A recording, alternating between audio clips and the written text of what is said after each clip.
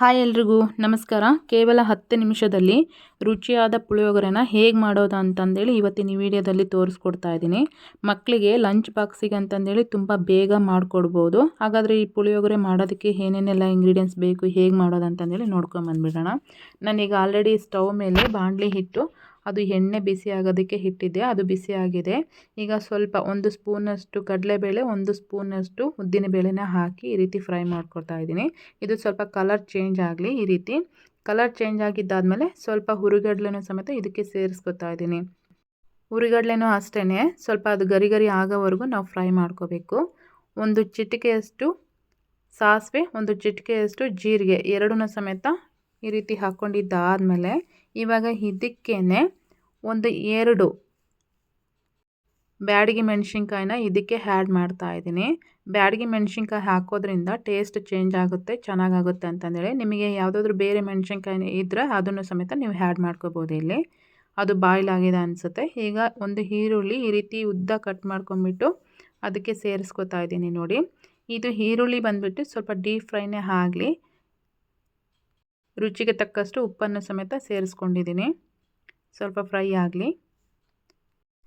ಈಗ ಇದಕ್ಕೇನೆ ಒಂದು ಅರ್ಧ ಬೌಲ್ನಷ್ಟು ಹುಣಸೆ ಹಣ್ಣಿನ ರಸನ ಈ ರೀತಿ ತೆಗೆದುಬಿಟ್ಟು ಸೇರಿಸ್ಕೊಂಡಿದ್ದೀನಿ. ಇದು ಹುಣಸೆ ಹಣ್ಣಲ್ಲಿ ಇರ್ತಕ್ಕಂಥ ಹಸಿ ಸ್ಮೆಲ್ ಹೋಗೋವರೆಗೂ ಒಂದು 2 ರಿಂದ 3 ನಿಮಿಷ ನಾವು ಅದನ್ನು ಬೇಯಿಸ್ಕೋಬೇಕು.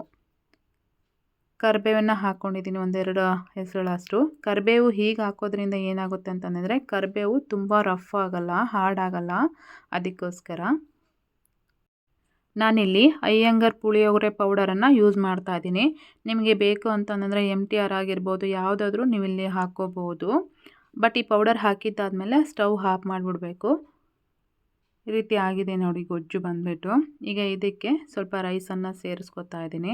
ರೈಸನ್ನು ಆದಷ್ಟು ಸ್ವಲ್ಪ ಈ ರೀತಿ ಪುಡಿ ಪುಡಿ ಆಗೋ ಥರನೇ ನಾವು ರೈಸ್ ಮಾಡ್ಕೋಬೇಕು. ಹಾಗಾದರೆ ಚೆನ್ನಾಗಾಗುತ್ತೆ. ತೀರಾ ಮೆತ್ತಗಾದರೆ ಅಷ್ಟೊಂದು ಚೆನ್ನಾಗಾಗಲ್ಲ. ಅದಕ್ಕೋಸ್ಕರ ನೋಡಿ, ಈ ರೈಸ್ ಎಲ್ಲ ಹಾಕಿದ್ದಾದಮೇಲೆ ಒಂದು ಸಲ ಕಲಿಸ್ಕೊಂಬಿಡೋಣ ಸಾಫ್ಟಾಗಿ ನಿಧಾನಕ್ಕೆ. ಈ ರೀತಿ ಫೈನಲ್ ಆಗಿ ಪುಳಿಯೋಗರೆ ರೆಡಿಯಾಗಿದೆ ನೋಡಿ. ತುಂಬ ಫಾಸ್ಟಾಗಿ ಮಾಡ್ಕೋಬೋದು ಟೈಮ್ ಇಲ್ಲ ಅಂತಂದು ಅಂದ್ಕೊಂಡಾಗ. ಫೈನಲಾಗಿ ಪುಳಿಯೋಗರೆ ಈ ರೀತಿ ರೆಡಿಯಾಗಿದೆ ನೋಡಿ. ಹಾಗಾದರೆ ಇವತ್ತಿನ ಈ ವಿಡಿಯೋ ನಿಮಗೆ ಇಷ್ಟ ಆಗಿದೆ ಅಂತಲೇ ಅಂದ್ಕೋತೀನಿ. ಇನ್ನೂ ನಮ್ಮ ಪೇಜನ್ನು ಫಾಲೋ ಮಾಡ್ತಾ ಇಲ್ಲ ಅಂತಂದರೆ ಈಗಲೇ ಫಾಲೋ ಮಾಡಿ. ಈ ರೆಸಿಪಿ ಹೇಗಾಗಿತ್ತು ಅಂತಂದೇಳಿ ನಮಗೆ ಕಮೆಂಟ್ ಮಾಡಿ ತಿಳಿಸಿ. ಹಾಗೆ ಈ ವಿಡಿಯೋ ಶೇರ್ ಮಾಡೋದನ್ನು ಸಮೇತ ಮರಿಬೇಡಿ. ನಾವೆಲ್ಲಾದರೂ ಔಟ್ಸೈಡ್ ಹೋದಾಗ್ಲೂ ಸಮೇತ ನಾವು ಈ ರೆಸಿಪಿನ ಆದಷ್ಟು ಬೇಗ ಕಡಿಮೆ ಸಮಯದಲ್ಲೂ ಸಮೇತ ನಾವು ಈ ರೆಸಿಪಿನ ಟ್ರೈ ಮಾಡ್ಬೋದು. Thank you.